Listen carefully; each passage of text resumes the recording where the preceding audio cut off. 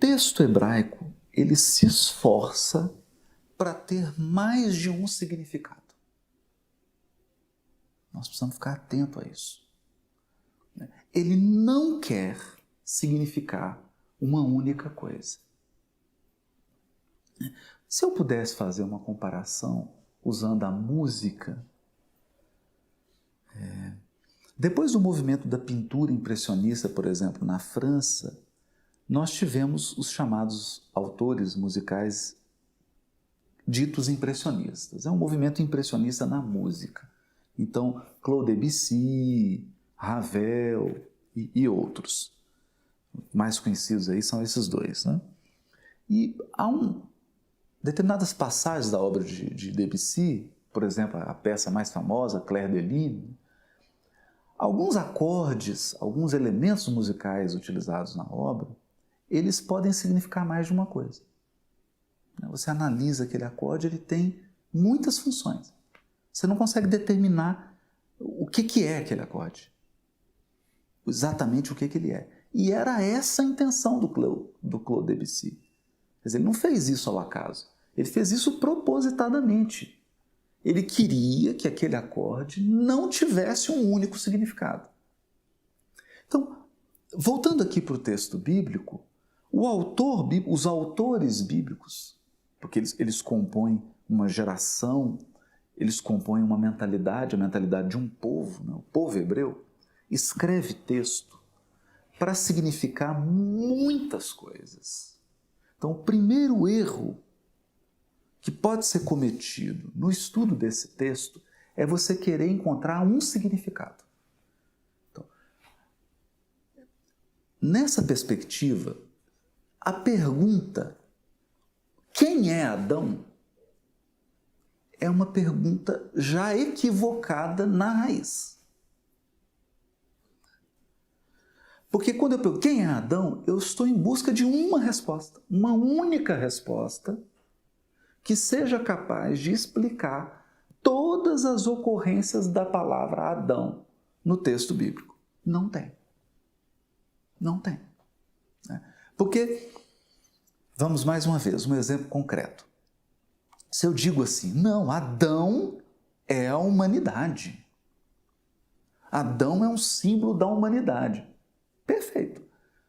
Aí você vai me citar Gênesis capítulo 2, versículo 7. Então o Senhor Deus modelou Adão com a argila do solo, soprou em suas narinas ou insuflou em suas narinas um hálito de vida e o Adão se tornou um ser vivente, uma alma vivente. É isso que o texto está dizendo. Agora, se você for lá no capítulo 4,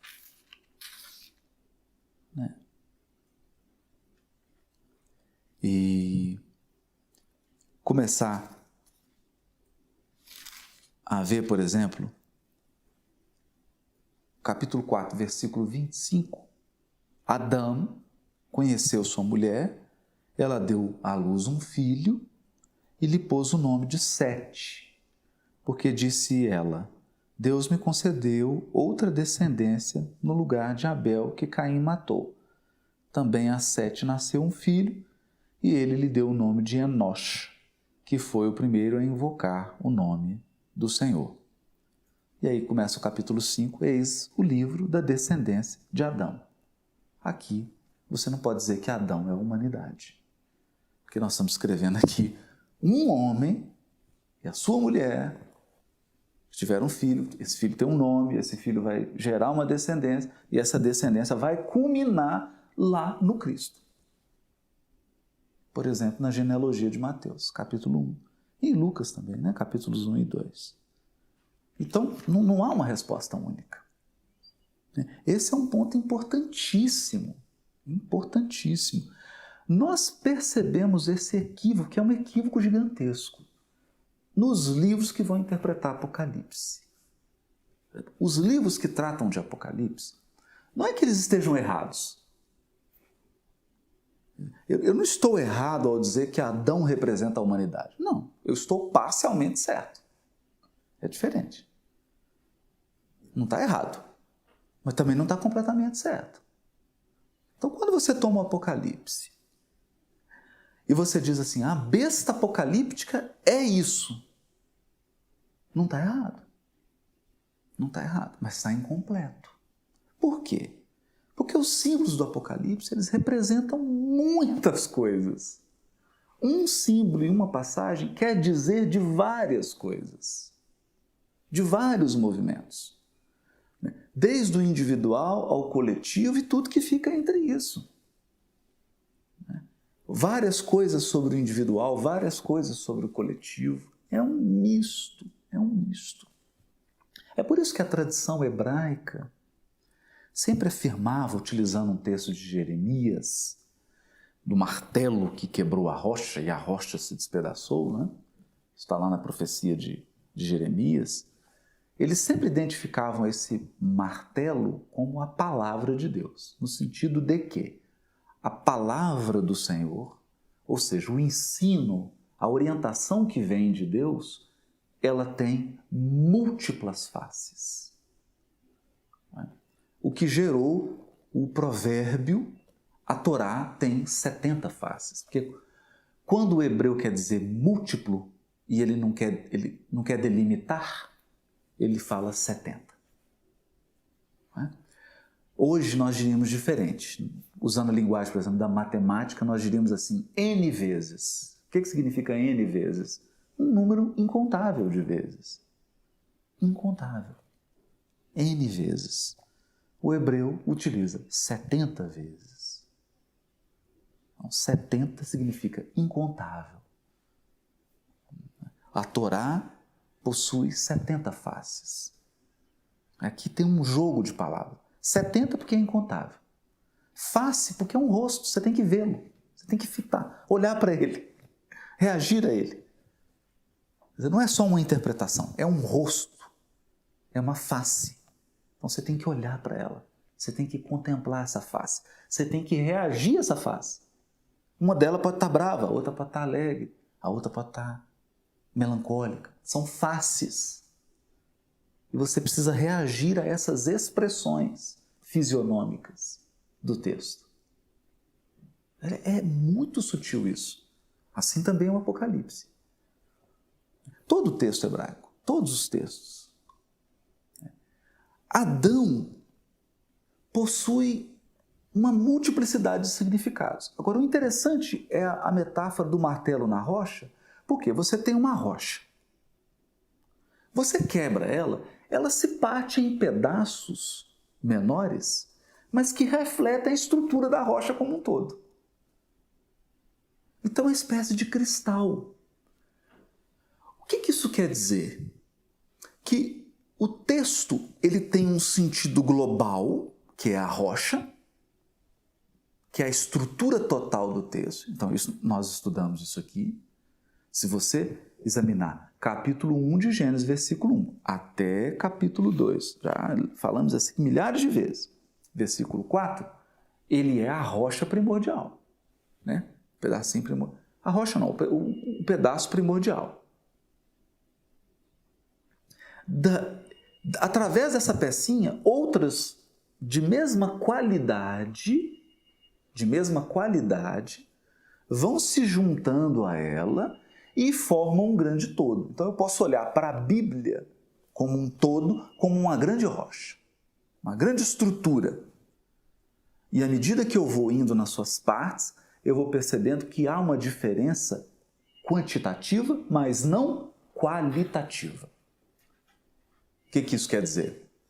A qualidade é a mesma. É a mesma qualidade, a mesma estrutura. É um cristal. Que hoje na matemática chama de fractal. Você quebra um cristal em partes que são menores, mas da mesma qualidade. Então, mais uma vez, vamos dar um exemplo concreto para que isso fique claro. Se eu digo assim, Adão é um símbolo do ser humano. Do ser humano. Qualquer ser humano? Do ser humano enquanto um ser encarnado e frágil. O ser humano, na sua limitação, na sua humanidade, quer dizer, sujeito ao berço, sujeito ao túmulo, sujeito ao adoecimento, às intempéries, aos sofrimentos, portador de limitações, portador de dificuldades, portador de contradições, portador de luz e sombra, é o ser humano, em toda a sua complexidade. É uma face. Mas eu posso também trabalhar com outros elementos do texto e perceber que eu tenho aqui um Adão, tenho uma Eva e tenho uma serpente. Que não é uma simples serpente, não é apenas um animal, porque ela conversa. Ela é uma serpente que instiga. E, na verdade, essa serpente foi a grande detonadora do processo da queda de Adão, da perda do paraíso. Foi ela que influenciou de uma maneira equivocada. Então eu posso imaginar que nós estamos aqui diante de três grupos espirituais que aportaram na Terra? Posso também. É uma outra face. Então eu posso trabalhar com a ideia de exilados? Posso trabalhar. O texto permite isso, claramente. Criaturas que aportaram na Terra em graus distintos de percepção, de discernimento. Porque a serpente aqui é que tem mais discernimento, mas é aquela que tem menos senso moral. Ela tem mais discernimento, mas senso moral menor. Ela influencia. Temos uma Eva que está a meio caminho. Ela tem mais discernimento um pouco que Adão, pelo que o texto revela aqui. E um pouco mais de senso moral que a serpente, porque ela chega a titubear. E Adão, que tem um senso moral, tem uma certa ingenuidade, mas parece não ter aquela vontade própria, aquela capacidade de se impor, porque ele simplesmente segue. Ele simplesmente acolhe. Então ele é influenciável. Ora, a gente percebe aqui que isso pode dizer respeito aos grupamentos espirituais que foram exilados na Terra. Alguns mais perspicazes, mais empedernidos no mal, outros medianos e outros que simplesmente seguem e vão complicando a sua jornada evolutiva porque são incapazes de dizer não, são incapazes de refletir, são influenciáveis. Se entregam de uma maneira imprudente, invigilante, a todo tipo de influência. Então não conseguem desenvolver um senso de identidade que lhes permita dizer não. Não, isso eu não quero. Não é? Então, para serem aceitos, para serem aprovados, porque não conseguem aceitar-se intimamente, não conseguem uma aprovação interna, necessitam de uma aprovação exterior, se sujeitam a qualquer tipo de influência. É um movimento. Agora, esse também, uma outra face aqui, não é também a história das quedas individuais, das quedas espirituais? Quando nós imaginamos a história de um indivíduo que abandona um dever, que abandona uma situação que a providência divina preparou para ele, abandona prejudicando outras pessoas, prejudicando a si mesmo, e cai nos vícios, na deserção dos compromissos. Nós não temos também essa história se repetindo como um cristal? É o mesmo padrão. É o mesmo padrão. Então, o que o texto bíblico quer mostrar é que o padrão é um. O padrão é um. Mas esse padrão, ele se expressa de múltiplas formas. Nos indivíduos, nas relações dos indivíduos entre si e no coletivo. Ou seja, são níveis de manifestação do padrão, mas o padrão é o mesmo.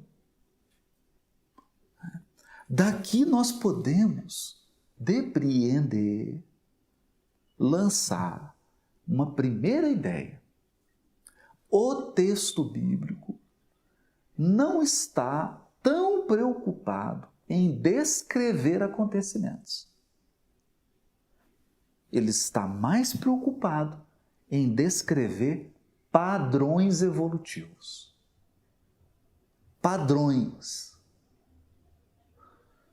Quando você identifica os padrões, eles podem se manifestar de infinitas formas. Então, vamos lá. A serpente de Gênesis, ela vai se tornar mais complexa, mais robusta e vai dar origem ao dragão da profecia. Porque os textos apocalípticos já vão falar de um dragão.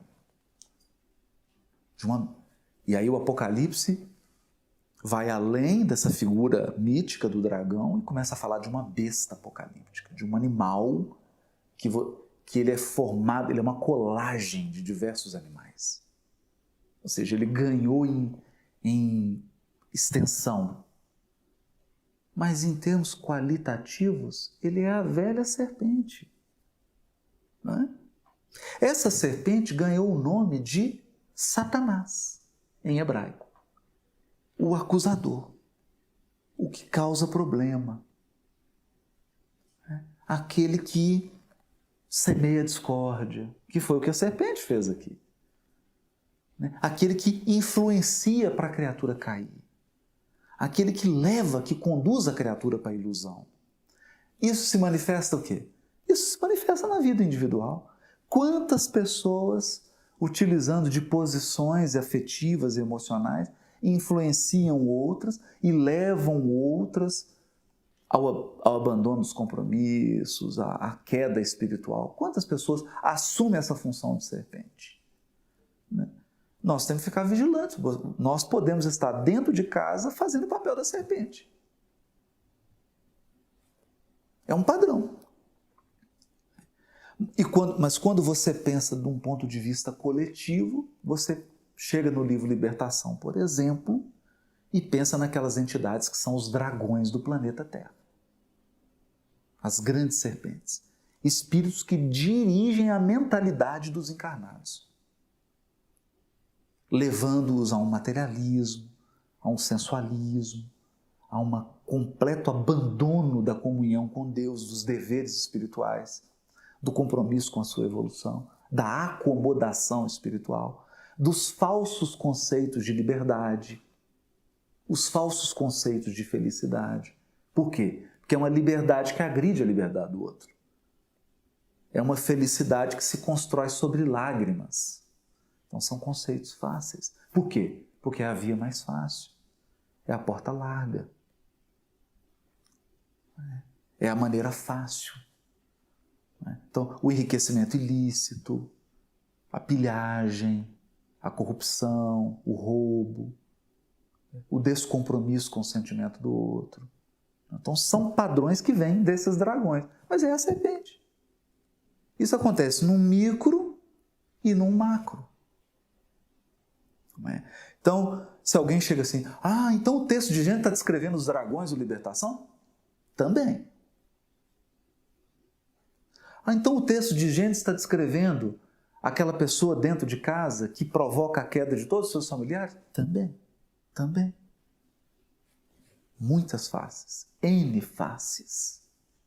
O texto é plural. E ao longo do estudo de Gênesis, evidentemente, primeiro, eu não tenho capacidade aqui de ampliar tantas faces assim. E é isso que diferencia um espírito superior de um espírito mediano. Então, nós estamos aqui estudando Gênesis. Se nós fôssemos uma esfera superior, lá eles estão estudando Gênesis, eles estão vendo faces que nós não somos capazes de enxergar. Eles estão contemplando faces do texto que eu não tenho ainda experiência evolutiva para contemplar. Porque como que eu vou enxergar algo que não faz parte da minha experiência evolutiva, que eu não alcancei ainda? Por isso Emmanuel dizia que quando ele ia às esferas superiores para assistir cursos de evangelho, ele se sentia como um crocodilo. O que ele está querendo dizer? Ele, o Emmanuel, né, o autor dessa série do Evangelho, que é, assim, a gente não... É impressionante a produção interpretativa de Emmanuel, se sentia tão inferior. Por quê? Porque lá encontrava com professores, com orientadores, já dotados de uma experiência espiritual e capazes de enxergar faces do texto que ele não era capaz de enxergar. Então, você pensa assim, mas nossa, isso é possível? É possível, é possível. Então, o Emmanuel está enxergando algumas faces aqui, aí vem João Evangelista, o autor do Evangelho. Quantas faces você acha que ele é capaz de enxergar? Aí você fala assim, todas. Aí vem Jesus. Será que o João enxerga todas as faces? Aí vem Jesus. Quantas faces ele é capaz de enxergar? Então, por isso vale aquela palavra da Alcíone no livro Renúncia, né? Porque ela está refletindo ali uma ideia que é superior, de que o Evangelho é um vasto caminho ascensional. Porque não é só um trabalho de interpretação, é um trabalho de evolução. Você interpreta o texto para melhorar a sua evolução e depois que você evolui, melhora a sua interpretação do texto. Aí você interpreta de novo, melhora a sua evolução, evolui e aí melhora a sua interpretação. É um processo cíclico, é um ping-pong. É um vasto caminho ascensional. É uma ascensão espiritual. Ou seja, o nosso propósito aqui de estar estudando Gênesis é o quê?